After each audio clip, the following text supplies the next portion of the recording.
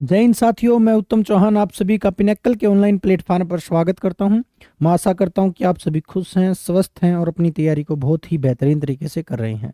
देखिएगा दोस्तों, हम जो हैं हमारी जो बुक है जीएस 65 ऑफ टीसीएस एमसीक्यू की, उसका सॉल्यूशन कर रहे हैं। फिफ्थ एडिशन हमारा ये है। इसके अंदर जो है आपका चैप्टर वाइज एक एक्सप्लेनेशन के साथ सभी टीसीएस के क्वेश्चंस जो हाल फिलहाल में पूछे गए हैं उनको एक्सप्लेन किया गया है। मीडियम हिंदी और इंग्लिश दोनों में ये आपको मिलेगा। और मैं आपको साइंस एक्सप्लेन करवा रहा हूँ, साइंस के क्वेश्चंस को जो है करवा रहा हूँ, क्योंकि साइंस के क्वेश्चंस का लेवल जो है अब फिलहाल अच्छा देखने को मिल रहा है टीसीएस के द्वारा। तो उन सभी को एक्सप्लेन करने की कोशिश कर रहे हैं हम। चलिएगा स्टार्ट करते हैं और आज के हमारे पहले क्वेश्चन को।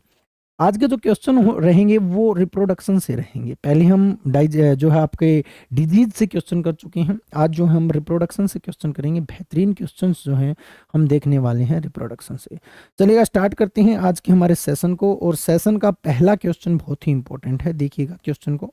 Name the reproductive strategy. एक रिप्रोडक्टिव स्ट्रेटेजी है, स्ट्रेटेजी का मतलब एक नीति है, in which parasites take advantage of care of other individuals of same species and different species to raise their young। एक प्रजनन नीति का नाम बताइए जिसमें परजीवी एक ही प्रजाति या विभिन्न प्रजातियों के अन्य जीवों की देखभाल का लाभ उठाते हैं जिससे वे अपने बच्चों को पाल सकें। देखिएगा आप सभी ने जो है कोयल और जो है काक की कहानी सुनी होगी। जो कोयल जो होती है वो काक के घोंसले के अंदर जो है बच्चों को जन्म देती है। कोयल जो होती है उसका कोई भी घोंसला नहीं होता है। ये कहानी आपने सुनी होगी कि कोयल जो है काक के जो है घोंसले के अंदर रहती है या फिर रिप्रोडक्शन करती है। तो जो काक जो है वो कोयल के बच्चों की देखभाल करता है। इसको हम बोलते हैं, इस रिप्रोडक्टिव स्ट्रेटेजी को क्या बोलते हैं, ये क्वेश्चन आपसे पूछा गया है। और इसको हम बोलते हैं ब्रूड पैरासाइटिज्म। ब्रूड पैरासाइटिज्म का मतलब कुछ देखभाल कर रहे हैं, आपस में एक दूसरे को जो है कोऑपरेट कर रहे हैं। ठीक है, ऑप्शंस को भी आप देख सकते हो नेगलेक्ट करके। वैसे इसका आंसर जो है ब्रूड पैरासाइटिज्म होगा, यानी कि एक दूसरे की देखभाल करके जो है काम चला रही हैं। सेक्सुअल पैरासाइटिज्म का मतलब क्या होता है, जहां पर मेल और फीमेल जुड़ते हैं। तो यहाँ पर तो कहीं पर ऐसा कुछ नहीं दे रखा कि मेल जुड़ेगा फीमेल जुड़ेगा, तो ये नहीं हो सकता। चलिएगा, क्लेप्टो पैरासाइटिज्म का आपको नहीं पता है। कॉम्पिटिटिव का मतलब क्या है, जहां पर प्रतिस्पर्धा मची हो, लेकिन यहाँ पर तो भाईचारा बचा हुआ है। ये कह रहा है कि मेरे घोंसले में आ और यहाँ पर तू आराम से अपने बच्चे को जन्म दे और मैं इसकी देखभाल रखूंगा। ठीक है, तो जो है आपकी कॉम्पिटिटिव भी नहीं हो सकती। तो जो है आपका क्लेप्टो बचता है और एक आपका ब्रूड बचता है।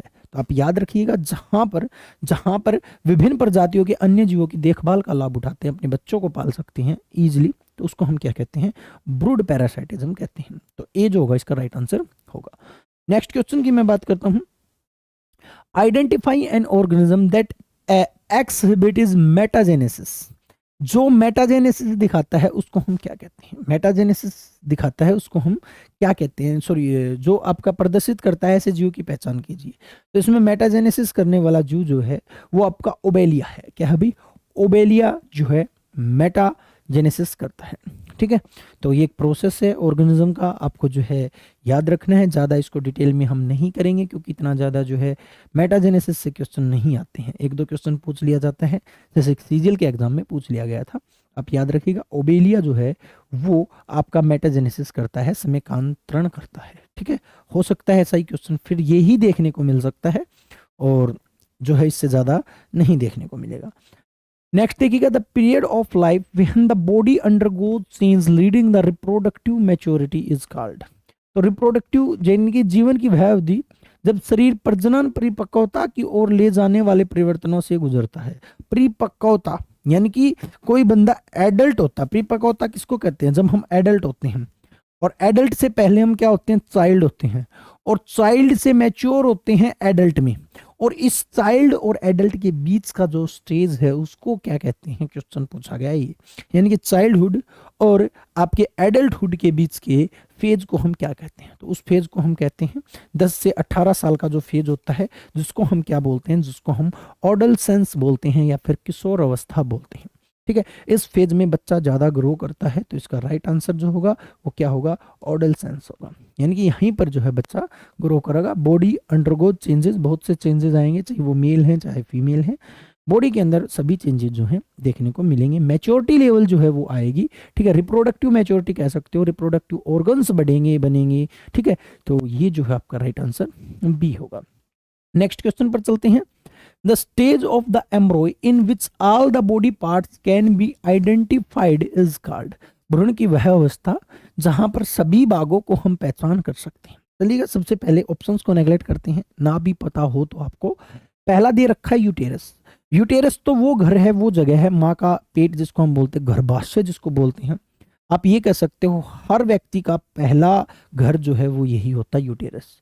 जो बच्चा 9 महीने डेवलप होता है वो यूटेरस में ही होता है। 9 महीने माँ के पेट में, कहते हैं ना, माँ के पेट में 9 महीने बच्चा रहा, तो वो जो जगह होती है, वो जो घर होता है, हर व्यक्ति का पहला घर जो है वो यूटेरस कहलाता है। तो ये आपको देखने की जरूरत नहीं पड़नी चाहिए कि आपका जो बच्चा जो है वो कहाँ बनता है या कहाँ तैयार होता है, बनेगा तो नहीं, तो वो आपका यूटेरस होगा। ओव्यूलेशन का मतलब क्या है? जब आपके फीमेल की ओवरी जो है, फीमेल की ओवरी जो है ओव्यूम रिलीज करती है 14th डे, जब एमसी के 14th डे 14वें दिन जो ओव्यूम रिलीज करती है, उस चीज को हम क्या कहते हैं? ओव्यूलेशन बोलते हैं। क्या बोलते हैं? ओव्यूलेशन बोलते हैं। तो ये भी नहीं होगा। दो बचते हैं, एक बचता आपका फिटस और दूसरा बचता zygote. What is zygote? Zygote 10 दिन का जब आपका स्पर्म, मेल का स्पर्म फीमेल के ओवम के साथ जुड़ता है और जुड़ के एक छोटा अंडा बनाता है, जिसको हम एक अंडे को क्या कहते हैं? जाइगोट कहते हैं। इसमें कुछ नहीं है, ये एक अंडा है। 10 डे हुए हैं, आप ये मान के चलो 10 दिन तक जो है आपका क्या कहलाता है? जाइगोट कहलाता है। 10 दिन का जो है आपका अंडा है। और ये जो जाइगोट कहाँ बनता है, अगर आपसे क्वेश्चन पूछे तो ये आपके फीमेल रिप्रोडक्टिव सिस्टम के अंदर एक ट्यूब होती है, जिसको हम बोलते हैं फैलोपियन ट्यूब। फैलोपियन ट्यूब जो होती है उसके अंदर जो है आपका जाइगोट बनता है। और जाइगोट बाद में 10 दिन के बाद में कहाँ पर जाके चला जाता है? ये जाइगोट जो है, ये आपका जाइगोट जो है, ये आपकी यूटेरस में जाके ट्रांसप्लांट हो जाता है। यानी कि आप ये मान सकते हो 9 महीने तक ये जाइगोट पनपता है, पूरा का पूरा ऑर्गन डेवलप होते हैं। और जब इसके ऑर्गन्स डेवलप हो जाते हैं 6 से 7 महीने के बाद, ये फिटस कहलाता है। क्या कहलाता है अभी? फिटस कहलाता है। आप याद रखिएगा, आपसे क्वेश्चन पूछ सकता है कि डेवलप क्या कहलाता है, और जब स्टार्टिंग में ओवम और स्पर्म जुड़ते हैं तो उसको क्या कहते हैं। और जो आपका फिटस वो कहाँ होता है? यूटेरस में होता है। जाइगोट जो है वो कहाँ बनता है? बनता फैलोपियन ट्यूब में है, लेकिन वो बाद में जाकर फिटस का निर्माण कहाँ करता है? यूटेरस में करता है। इस चीज़ को याद रखिएगा। कभी जो रिप्रोडक्टिव सिस्टम अच्छे से करेंगे उसमें और बेहतरीन तरीके से मैं आपको करवाऊंगा। नेक्स्ट क्वेश्चन को देखेंगे। Breeding of fish in specially constructed tanks and ponds, यानी कि पोखरों और तालाबों में मत्स्य पालन को हम क्या कहते हैं? तो फिशेज से याद रखिएगा, फिशेज। और पिसिकल्चर जो है इसका राइट आंसर होगा, पिसिकल्चर। पिसिकल्चर। यहाँ पर सेरिकल्चर है, रेशम का हम जो है पालन करते हैं।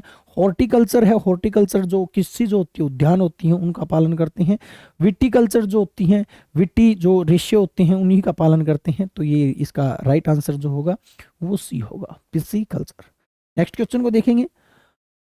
विच of the following is not an example of viviparous. देखिएगा, विविपोरस क्या होते हैं आपको मैं बता देता हूं डायरेक्ट। जो चाइल्ड को जन्म देते हैं, बच्चों को जन्म देते हैं, उनको बोलते हैं विविपोरस। एक होते हैं ओविपोरस। ओविपोरस। ओविपोरस कौन होते हैं? जो आपके एग देते हैं, एग देते हैं, उनको हम क्या कहते हैं? ओविपोरस। एनिमल होते हैं। तो हम जो हैं विविपोरस हैं, यानी कि डायरेक्ट बच्चों को जन्म देते हैं, एग नहीं देते हैं। पक्षी जैसे कि बर्ड्स हैं, वो आपके जो हैं ओविपोरस होते हैं। तो यहाँ पर आपसे पूछा है कौन से विविपोरस नहीं है, तो कुत्ता, बिल्ली, गाय जो है आपकी विविपोरस है। लेकिन बर्ड्स जो है वो क्या देते हैं? एग देते हैं। और ये जो है आपके ओविपोरस हैं। क्या है भी? ओविपोरस है। ठीक है, तो A is the right answer. और आपको ये भी पता चल गया होगा कि विविपोरस कौन से होते हैं और ओविपोरस कौन से होते हैं। नेक्स्ट क्वेश्चन देखिएगा। The transformation of larva into the adult through drastic change is called. कुछ विशेष परिवर्तनों के साथ टैडपोल का वयस्क में रूपांतरित होना क्या कहलाता है? देखिएगा, अब यहाँ पर थोड़ा देखिएगा। टैडपोल जो है आपका, जो टैडपोल आपने सुना होगा, टैडपोल जो होता है उसका लार्वा का ये फेज होते हैं, लार्वा, टैडपोल, और उसके बाद टैडपोल से एडल्ट बनता है। उसके बाद क्या बनता है?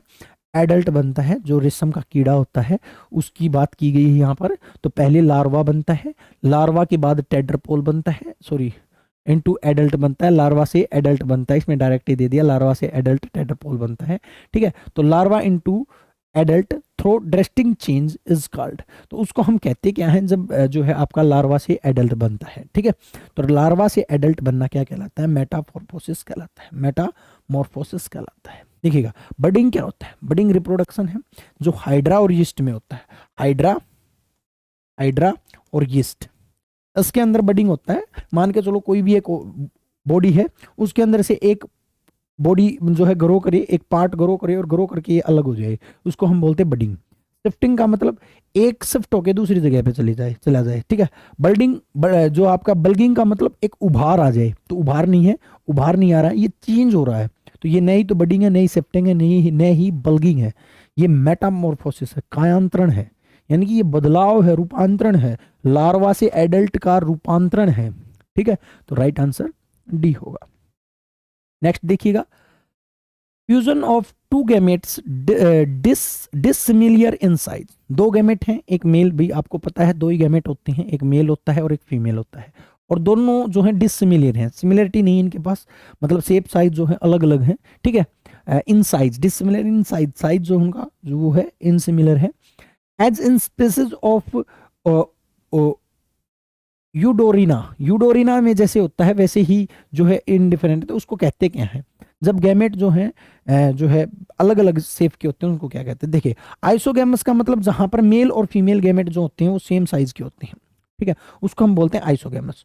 जूगैमस जो सेक्सुअल रिप्रोडक्शन होता है, जब मेल एंड फीमेल मिलती हैं, जैसे हमारा रिप्रोडक्शन जो होता है उसको हम जूगैमस बोलते हैं, ठीक है, लैंगिक जनन बोलते हैं, सेक्सुअल रिप्रोडक्शन को ही जूगैमस बोलते हैं, सेक्सुअल रिप्रोडक्शन को तो ये भी नहीं होगा।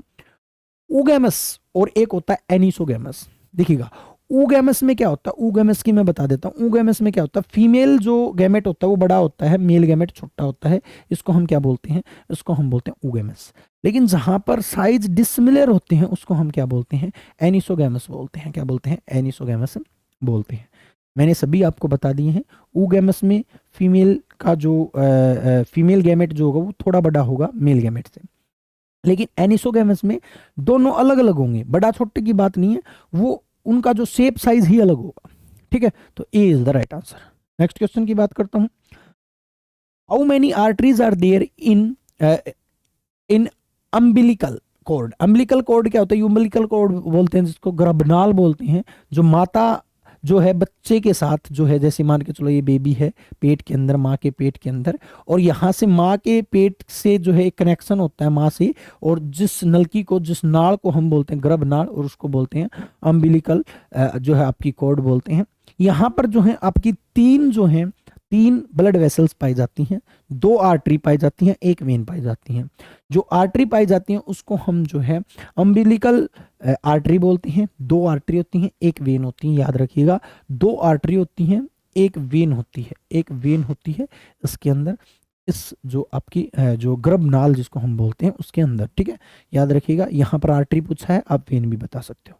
नेक्स्ट क्वेश्चन देखिएगा, dash is the ability of single cell to produce a fertile and adult individual, यानी कि एक एकल कोशिका की एक उर्वरक व वयस्क जीव पैदा करने की क्षमता को हम क्या कहते हैं। देखिएगा प्लूरोपोटेंसी का मतलब बहुत ज्यादा पैदा करना, प्लूरो का मतलब बहुत ज्यादा पैदा करना। म्यूटेशन का मतलब होता है डीएनए म्यूटेशन, कि उसके जो जेनेटिक मटेरियल वो जो है वो चेंज हो जाते हैं, या फिर उनमें कुछ गड़बड़ आ जाती है तो उसको हम म्यूटेशन बोलते हैं, तो म्यूटेशन भी नहीं होगा। क्लोनिंग आपने सुना होगा, बहुत सी क्लोनिंग सुनी होंगी, अलग टाइप की ब्रिड तैयार करने के लिए हम क्लोनिंग करते हैं। लेकिन यहां पर क्या कहा है कि ability of a single cell to produce fertile, केवल एक सिंगल सेल जो है फर्टाइल करती है, इस टेंडेंसी को क्या कहते हैं, इस पावर को क्या कहते हैं। सिंगल सेल मेल है या फीमेल है वो ही फर्टाइल करती है, उसके फर्टाइल होने की जो एबिलिटी उसको हम क्या बोलते हैं, टोटीपोटेंसी बोलते हैं। क्या बोलते हैं, टोटीपोटेंसी बोलते हैं। आप ऑप्शन नेगलेक्ट करके भी कर सकते हो, वैसे डायरेक्ट याद रख सकते हो। सिंगल सेल जब फर्टाइल करती है तो उसको हम क्या बोलते हैं, टोटीपोटेंसी बोलते हैं। नेक्स्ट क्वेश्चन देखिएगा, ए phenomena whereby the female gamete undergoes undeveloped to form new organism without fertilization of some organism like honeybee, some lizard and bird is called. देखिएगा होता क्या है, दो टाइप का रिप्रोडक्शन होता है, मैं वो आपको समझाता हूँ। एक होता है सेक्सुअल, यहाँ पर हिंदी पढ़ लीजिएगा, कई स्टूडेंट ये देखते होंगे। वह परिघटना जिसके द्वारा मादा युगम कुछ जीवों जैसे मधुमक्खी है, छिपकली है, पक्षी है, उनमें केवल मादा फर्टाइल कर जाती है, केवल मादा, मेल की उसको जरूरत नहीं होती। देखिए दो टाइप का रिप्रोडक्शन होता है, एक होता है सेक्सुअल रिप्रोडक्शन। सेक्सुअल रिप्रोडक्शन जैसे हमारे बॉडी, हम जो है सेक्सुअल रिप्रोड्यूस करते हैं जहां पर मेल और फीमेल की जरूरत होती है, मेल और फीमेल दोनों मिलते हैं, दोनों गैमेट मिलते हैं तो बेबी बनता है, इसको हम बोलते हैं सेक्सुअल रिप्रोडक्शन। और एक होता है आपका asexual reproduction. Asexual reproduction, asexual reproduction में क्या होता है, केवल एक गैमेट ही फर्टाइल कर जाता है, यानी कि मेल नहीं, यानी कि फीमेल ही फर्टाइल करके जो है न्यू बॉर्न बेबी दे देगा, यानी कि मेल को उसको जरूरत नहीं है, मेल की जरूरत नहीं है, सिंगल जो है फर्टाइल कर जाएगा, तो उसको हम बोलते हैं एसेक्सुअल। एसेक्सुअल की बहुत सी टाइप होती हैं, बडिंग है, फ्रेगमेंटेशन है, और भी अलग अलग जो है आपकी बडिंग है, फ्रेगमेंटेशन है, और भी मतलब जो है वेजिटेटिव है, या फिर जो है आपका पार्थेनोजेनेसिस है, एपोमिक्सिस है, यानी कि बहुत सी जो है एसेक्सुअल रिप्रोडक्शन होता है। एसेक्सुअल मेनली प्लांट में होता है, प्लांट में सेक्सुअल और एसेक्सुअल दोनों टाइप का होता है, ठीक है। और एसेक्सुअल जो है मेनली किस में पाया जाता है, हनी बीज में पाया जाता है। लिजार्ड जो है केवल फीमेल, मेल की जरूरत नहीं है, कुछ हर एक नहीं, तो उस प्रोसेस को क्या बोलते हैं, ये क्वेश्चन इसमें पूछा गया है। चलिएगा ऑप्शंस को नेगलेक्ट करते हैं, अच्छे से आपको समझ पाओगे। बडिंग का मतलब मैं आपको बता चुका हूं, बडिंग जैसे ही आए तो उसके अंदर हाइड्रा और यीस्ट कर देना। हाइड्रा और यीस्ट क्या करती हैं, अपनी बॉडी के अंदर से एक पोर्शन बाहर निकाल देते हैं और उसी से दूसरा ऑर्गेनिज्म बना लेते हैं। गैमेट वैमेट नहीं बनते बडिंग में, ठीक है। तो यहाँ पर तो इसने कहा कि फीमेल गैमेट अंडरगोज होता है, गैमेट बनते ही नहीं बडिंग में। बडिंग में तो बॉडी पोर्शन अलग होता है और दूसरा जो है ऑर्गन बन जाता है, दूसरा जो है बन जाता है। फ्रेगमेंटेशन में क्या होगा, फ्रेगमेंटेशन विखंडन, जैसे मान के चलो कोई भी एक बॉडी है, कोई भी एक ऑर्गेनिज्म है, वो टूटकर अलग अलग टूटकर और जो है फ्रेगमेंट करके अलग अलग जीव बना लेगा, लेकिन यहाँ भी आपका गैमेट फॉर्मेशन नहीं होगी, तो गैमेट इसमें भी नहीं बनेंगे। उसके बाद एपोमिक्सिस क्या होता है, एपोमिक्सिस होता है जैसे कि आपने देखा होगा सीड है, सीड में से टहनी निकलेगी, टहनी से प्लांट ग्रो करेगा, यानी कि इसी को बोलते हैं एपोमिक्सिस। सीड में से जो प्लांट निकलता है ना, इस प्रोसेस को हम क्या बोलते हैं, एपोमिक्सिस बोलते हैं। तो एपोमिक्सिस में भी किसी प्रकार का गैमेट नहीं बनेगा, ठीक है। ये तो डायरेक्ट एक बॉडी में से अगला ग्रोइंग पोर्शन है, ऐसे मान सकते हो आप। एक बचता आपका पार्थेनोजेनेसिस। पार्थेनोजेनेसिस में क्या होता है, केवल फीमेल गैमेट जो है आगे जाकर जो है फर्टाइल करता है केवल गैमेट और न्यू बॉर्न को बना देता है, न्यू बेबी को बना देता है। राइट आंसर जो होगा वो डी होगा, ठीक है। तो सेक्सुअल क्या होते हैं, एसेक्सुअल क्या होते हैं, पता चल गया होगा। देखिएगा एक बात याद रखिएगा, प्लांट सेक्सुअल भी करते हैं और एसेक्सुअल भी करते हैं, दोनों टाइप का रिप्रोडक्शन करते हैं। एनिमल्स मेनली सेक्सुअल करते हैं, कुछ एनिमल्स को छोड़कर जैसे कि हनी बीज हैं, लिजार्ड हैं, ये एसेक्सुअल करते हैं। और एसेक्सुअल में कौन सा, पार्थेनोजेनेसिस। और आपको डेफिनेशन पता चल गया व्हाट इज पार्थेनोजेनेसिस, जहां पर female gamete undergoes develop to new form of organism, जहां पर फीमेल गैमेट आगे जाकर एक नया बेबी बना देती है, उसको हम क्या बोलते हैं, पार्थेनोजेनेसिस बोलते हैं, ठीक है भाई। तो ये था भी आपका 161। नेक्स्ट क्वेश्चन पर चलते हैं। विच of the following is the primary sex organ in females. Females होती हैं, उनके अंदर प्राइमरी सेक्स ऑर्गन कौन सा होता है। अब आप कहोगे सर प्राइमरी का मतलब मुख्य है, आप ये मान सकते हो प्राथमिक, जिसकी जरूरत पहले है। अब देखो, अब आप कहोगे कि सर सारे ही प्राइमरी हैं, वेजाइना भी प्राइमरी है। वेजाइना क्या है, वेजाइना क्या पोर्शन है मेनली पता नहीं होता। वेजाइना फीमेल जो सेक्स पार्ट है, उसके अंदर जो बाहर नहीं दिखता, अंदर की तरफ एक ट्यूब होती है, उसको हम वेजाइना बोलते हैं। बाहर वल्वा होती है, बाहर जो स्किन होती है उसको हम वल्वा बोलते हैं, बट अंदर का पोर्शन जो होता है उसको हम वेजाइना बोलते हैं। इसी के थ्रू जो है सेक्स होता है और इसी के थ्रू जो है स्पर्म जो है अंदर जाता है, ठीक है। उसके बाद यूटेरस मैं बता चुका हूँ, यूटेरस वो घर है जहाँ पर हर मतलब चाइल्ड जो है डेवलप होता है। आपका मेरा सभी का जो है माँ का पेट, जिसको गर्भाशय बोलते हैं, वो आपका यूटेरस है, ये भी जरूरी है। ओवरी, ओवरी वो जगह है जहां पर फीमेल गैमेट यानी कि ओव्यूम बनता है, और ओव्यूम ही सबसे जरूरी है। हम क्यों लड़ रहे हैं, अब एक बात बताओ भाई, फीमेल जो है 28 डेज बाद वापस एमसी यानी कि इतना पीड़ा सहन करती है। आपने सुना होगा एमसी के बारे में, तो मेंस्ट्रुअल साइकिल के बारे में तो सुना होगा, पीरियड्स के बारे में सुना होगा। तो वो क्या होता है, आपने 28 डेज के बारे में सुना होगा। महिला जो है 28 डे के बाद जो है पीड़ा लेती है, एक जो है दर्द सहती है, उसका रीजन जो है वो कौन है, वो है ओवम। ओवम बनाने के लिए ही इतना सारा प्रोसेस होता है। सिंपल शब्दों में कहूँ तो, मैं इतना ज़्यादा समय नहीं है कि मैं आपको पूरी एमसी समझाऊं, वैसे मैं आपको बता देता हूँ एमसी क्या होती है। एमसी में जो आपकी का यूटेरस जो होता है, वो अपने बच्चे के लिए, यूटेरस हमेशा चाहता है कि मैं प्रेग्नेंट हूँ, यानी कि मेरे पास एक बच्चा हो और मैं उसको पालूं और पोसूं और बड़ा करूं, ठीक है। लेकिन वो उसके लिए क्या करती है, वो एक अपना एक तकिया कह सकते हो, एक जो है आप ये कह सकते हो बिस्तर तैयार करती है, ब्लड वेसल्स के साथ बिस्तर तैयार करती है कि ठीक भाई, मैं मेरा बेबी जो है आएगा ना, तो मैं आराम से जो है उसको रख पाऊंगी। आपकी का यूटेरस तैयार करता है। लेकिन होता क्या है, वो फर्स्ट डे से स्टार्ट होती है। पहली बात तो मैं बता देता हूँ, फर्स्ट डे कब होता है एमसी का फर्स्ट डे, जब जैसी ब्लीडिंग स्टार्ट होती है ना, वो फर्स्ट डे होता है। ब्लीडिंग का फर्स्ट डे माना गया है। ब्लीडिंग के बाद 3 4 5 दिन, मान के चलो 5 दिन तक जो है ब्लीडिंग रहती है। उसके बाद वापस आफ्टर ब्लीडिंग जो यूटेरस है वो दोबारा तैयार करने लग जाती है बिस्तर कि मैं प्रेग्नेंट होंगी, ठीक है। उसके बाद क्या होता है, 14th डे जो है, जिसको हम बोलते हैं ओवुलेशन डे, इसको हम ओवुलेशन डे बोलते हैं। 14वें दिन जो ओवरी जो है वो ओवम रिलीज करती है, ओवम रिलीज कर देती है। अब यूटेरस चाहती है कि इसके पास स्पर्म आए, बट स्पर्म नहीं आता 14वें दिन।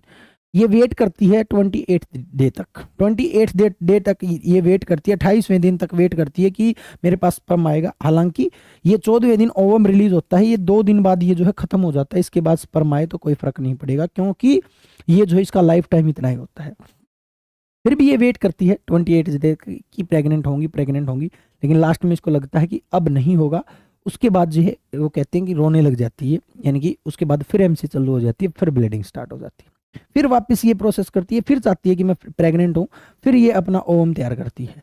यानी कि ये वास्तव में जो एमसी लड़कियों के लिए जो श्राप है, महिलाओं के लिए जो श्राप है, ये एक वरदान है, एक वरदान है। अगर ये नहीं होगी तो ओवम नहीं बनेगा, ओवम नहीं बनेगा तो प्रेग्नेंट नहीं होगी, प्रेग्नेंट नहीं होगी तो ये संसार नहीं चलेगा। क्योंकि ये संसार माता पिता से बच्चे, बच्चे से उनके बच्चे कैसे हो रहे हैं, ये सारा का सारा ओवम का खेल है, या फिर ओवरी का खेल है। तो सबसे जो प्राइमरी ऑर्गन है वो कौन है भी, आपका ओवरी ही माना जाएगा। अगर ओवम ही नहीं होगा तो ये संसार नहीं चलेगा। तो सेक्स का जो प्राइमरी ऑर्गन है वो आपका किसको माना जाता है, वो आपका ओवरी को माना जाता है। वैसे सारे ही प्राइमरी है, प्राथमिक है। भाई फलोपियन ट्यूब नहीं होगी तो जाइगोट फर्टिलाइज कहाँ करेगा, वैजाइना नहीं होगी तो स्पर्म जाएगा कैसे, यूटेरस नहीं होगा तो बच्चा तैयार कैसे होगा। मतलब हर एक प्राइमरी है, बट प्राइमरी को मैं ओवरी को कहूंगा, क्योंकि मेनली जो है ओवम जरूरी है। नेक्स्ट क्वेश्चन देखिएगा, what do you call the glycocalyx when it is like a loose sheet in the cell envelope of the bacteria? इसमें क्वेश्चन पूछा है, ग्लाइकोकैलिक्स को आप क्या कहते हैं जब यह जीवाणु के कोशिका आवरण में एक स्थिर आच्छाद की तरह होती है। तो ग्लाइकोलिक्स को हम उस टाइम पर जो है स्लिम लेयर कहते हैं। क्या कहते हैं, slim layer. As a fact आप याद रखोगे तो दी बेस्ट रहेगा, और इसमें कुछ नहीं है। जो आपकी ग्लाइकोकैलिक्स जो है एक स्लिम लेयर है। मेजोड्रम मतलब बीच बीच की जो लेयर होती है उसको मेजोड्रम बोलते हैं। कैप्सूल, उसके अंदर का जो कैप्सूल होता है उसको बोलते हैं ऑर्गेनल्स। उसके अंदर जो ऑर्गन होते हैं बैक्टीरिया के अंदर जो होते हैं उसको हम ऑर्गन्स बोलते हैं, ऑर्गेनल्स बोलते हैं, कोशिकांग बोलते हैं, ठीक है। तो slim layers is the right answer. Next question पर चलते हैं, the reproduction process in which only a single parent is involve is called. तो मैंने आपको कहा था जहां पर केवल सिंगल पेरेंट हो, मेल हो या फीमेल हो, केवल सिंगल हो, सिंगल गैमेट हो, उसको हम क्या कहते हैं, उसको हम बोलते हैं एसेक्सुअल रिप्रोडक्शन। जहां पर मेल और फीमेल दोनों हो, जहां पर मेल फीमेल दोनों हो, उसको हम सेक्सुअल बोलते हैं। जहां पर एक से ही काम चल जाए, मेल से हो मेल से काम चल जाएगा, फीमेल से हो फीमेल से काम कर चल जाएगा। जैसे कि मधुमक्खी है, मधुमक्खी को मेल की जरूरत नहीं है, ये फीमेल गैमेट से ही फर्टाइल करके न्यू बेबी बना देगी, ठीक है। तो एसेक्सुअल रिप्रोडक्शन उसको कहते हैं। हालांकि एसेक्सुअल रिप्रोडक्शन के बहुत टाइप हैं, ठीक है। कभी टाइम में अलग से समझाएंगे, जैसे बडिंग है, मैंने कुछ तो समझा दिए थे आपको, ठीक है। तो फ्रेगमेंटेशन है। नेक्स्ट पर चलते हैं, intermost part of flower is called. देखिएगा फ्लावर जो होता है, पौधों के अंदर जो पुष्प होता है, इसको हम रिप्रोडक्टिव पार्ट बोलते हैं, रिप्रोडक्शन का पार्ट बोलते हैं, रिप्रोडक्टिव पार्ट बोलते हैं। वास्तव में रिप्रोडक्शन यहीं पर होता है। बाहर जो आपको दिख रहे हैं ना, जितने भी ये सुंदर वुंदर जितनी भी फ्लावर वगैरह दिख रहे हैं, ये कवरिंग है फ्लावर की। वास्तव में फ्लावर के अंदर का जो सीन जो आपने देखा हो तो ऐसा मिलेगा आपको। यहाँ पर 2 टुंडर मिलेंगे, ये ऐसे ऐसे करके, ये वाले, ठीक है। और इसके बीच में जो है आपको ऐसे करके, ठीक है, ऐसे करके जो है आपको मिलेगा।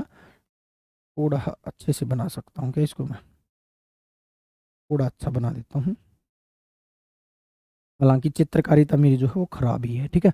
ऐसा मिलेगा आपको। ये अंदर का पोर्शन बता रहा हूँ मैं, बाहर जो है पुंखड़ी वुंखड़ी बहुत सी चीजें होती हैं।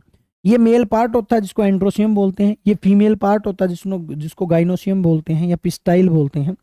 और ये जो है एंथर और फिलामेंट होता है, ये जो है एंथर और ये फिलामेंट, फिलामेंट होता है।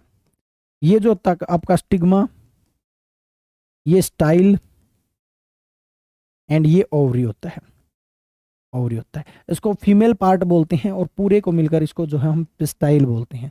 ये बीच में होता है, सबसे बीच में होता है फीमेल पार्ट। फीमेल पार्ट के दोनों तरफ जो है एंथर और फिलामेंट होते हैं, ये मेल पार्ट होते हैं दोनों के दोनों, ठीक है। फ्लावर में मेल और फीमेल दोनों के दोनों पाए जाते हैं। तो स्टेमन्स, पेटल्स एंड सेपल्स, ये आपके बाहर के हिस्से होते हैं। स्टेमन्स जो है आपका एंथर और फिलामेंट को मिलाकर स्टेमन्स का नाम दिया गया है, यानी कि ये बाहर का हिस्सा है। अंदर का हिस्सा जो है, बीच का हिस्सा पिस्टाइल कहलाता है, स्टिग्मा, स्टाइल एंड ओवरी से मिलकर बना हुआ होता है, ठीक है। तो इसका राइट आंसर जो होगा वो पिस्टाइल होगा। फ्लावर को आप अच्छे से देख लीजिएगा, रिप्रोडक्शन, फ्लावर रिप्रोडक्शन में ये आपको आता है। B is the right answer. Next है, dash is the female reproductive part of flower. कौन जो है फूल का मादा जनन अंग है? तो मादा जनन अंग, फीमेल रिप्रोडक्टिव पार्ट मैंने अभी अभी आपको बताया है, स्टिग्मा, स्टाइल एंड ओवरी मिलकर बनाते हैं पिस्टाइल, मिलकर बनाते हैं पिस्टाइल। फिलामेंट और एंथर ये मेल पार्ट हैं और मिलकर बनाते हैं स्टेमन, याद रखिएगा। पिस्टाइल में कौन कौन होते हैं? स्टिग्मा, स्टाइल एंड ओवरी, ठीक है। तो इसका राइट आंसर ए होगा। नेक्स्ट क्वेश्चन की तरफ चलता हूं। Which of the following is not an asexual form of reproduction in plant? asexual form नहीं है, ये क्वेश्चन आपसे पूछा है। स्पोर फॉर्मेशन, ये एसेक्सुअल है। क्या होता है? कोई प्लांट जो होता है वो स्पोर बनाता है और उन स्पोर से न्यू प्लांट ग्रो कर जाता है, ये आपका एसेक्सुअल है। इसमें मेल और फीमेल दो पार्ट जरूरत नहीं पड़ता। वेजिटेटिव, वेजिटेटिव का मतलब एक टहनी है, टहनी में से दूसरी टहनी निकल गई, यानी कि ये वेजिटेटिव है। प्लांट जो बड़ा होता है, प्लांट के अंदर फ्लावर बनते हैं, सारी चीजें बनती है, वो वेजिटेटिव प्रोपेगेशन है। तो ये भी आपका एसेक्सुअल है। बडिंग, एक पोर्शन में से दूसरा पोर्शन बाहर निकल रहा है, यानी कि यहां पर भी मेल और फीमेल दो पार्ट की जरूरत नहीं है। एसेक्सुअल का मतलब यही तो है। और उसके बाद है पोलिनेशन। पोलिनेशन में क्या होता है? देखो मैं आपको बताता हूं। पोलिनेशन में फ्लावर का मेल पार्ट होता है एंथर, एंथर से पोलन ग्रेन निकलता है, पोलन ग्रेन, पोलन ग्रेन। जैसे हमारे पास स्पर्म होता है, वैसे ही प्लांट के पास एंथर जो मेल पार्ट होता है प्लांट का, उसके अंदर ये जो है आपका मेल गैमेट कहलाता है। क्या कहलाता है? मेल गैमेट कहलाता है। जैसे हमारे पास स्पर्म होता है, वैसे इनके पास पोलन ग्रेन होता है। और ये पोलन ग्रेन उठकर फीमेल की स्टिग्मा पर जाता है, स्टिग्मा पर जाता है, और स्टिग्मा के बाद स्टाइल के थ्रू ओव्यूम, ओवरी में जाता है। और ओवरी के अंदर एक पिगमेंट होता है, यहां पर, इसको यहां पर उठा लाता हूं मैं, और जिसका नाम होता है आपका ओव्यूल। जैसे फीमेल के अंदर ओवम होता है, वैसे ही इनके पास ओव्यूल होता है। और पोलन ग्रेन और ओव्यूल, यानी कि ये मेल पार्ट और ये फीमेल पार्ट, मेल और फीमेल मिलकर आपके फ्रूट का निर्माण करती हैं, और फ्रूट या सीड का निर्माण करती हैं। और ये ही रिप्रोडक्शन है। और मेल और फीमेल बनना क्या कहलाता है? सेक्सुअल कहलाता है। यानी कि पोलिनेशन एक सेक्सुअल रिप्रोडक्शन है। और मैंने आपको बताया सेक्सुअल का मतलब क्या है, जहां पर मेल और फीमेल मिले उसको हम सेक्सुअल बोलते हैं। तो ये जो है आपका सेक्सुअल रिप्रोडक्शन है। चलिएगा नेक्स्ट क्वेश्चन पर चलते हैं। द रिप्रोडक्शन इन यीस्ट, तो हम कर चुके हैं। यीस्ट और हाइड्रा जो है वो बडिंग रिप्रोडक्शन दिखाते हैं, happens by the process of. तो यीस्ट जो है आपका बडिंग दिखाता है। तो इसका राइट आंसर आपको क्या कर लेना है? बडिंग जो होगा इसका राइट आंसर होगा। अभी भी आपसे यीस्ट और हाइड्रा पूछे ना, हाइड्रा कैसा रिप्रोडक्शन करते हैं, तो ये दोनों के दोनों जो है आपके बडिंग यानी कि मुकुलन करते हैं। मुकुलन का मतलब जैसे मान के चलो ये आपका कोई भी पार्ट है, इसमें से ये पार्ट अलग हो गया, ये ग्रो करे, फिर थोड़ा बड़ा, फिर थोड़ा बड़ा, फिर थोड़ा बड़ा, उसके बाद ये अलग से ही एक ऐसा ही पोर्शन बन गया, ठीक है। इसको हम बोलते हैं बडिंग। तो बडिंग जो है वो यीस्ट और हाइड्रा करते हैं। नेक्स्ट क्वेश्चन देखिएगा। Productivity of an ecosystem is composed of which of the following. तो परिस्थितिकी तंत्र की उत्पादकता जो है निम्नलिखित में से किसको मिलाकर बनती है? तो भाई किसी भी चीज की जो आपसे बात की गई है प्रोडक्टिविटी, प्रोडक्टिविटी का मतलब है नेट प्राइमरी प्रोडक्टिविटी और ग्रोस जो आपकी प्राइमरी प्रोडक्टिविटी जो है उन दोनों को ऐड कर दीजिए। इससे जो है आपका प्रोडक्टिविटी ऑफ इकोसिस्टम बन जाएगा। इकोसिस्टम का मतलब क्या है?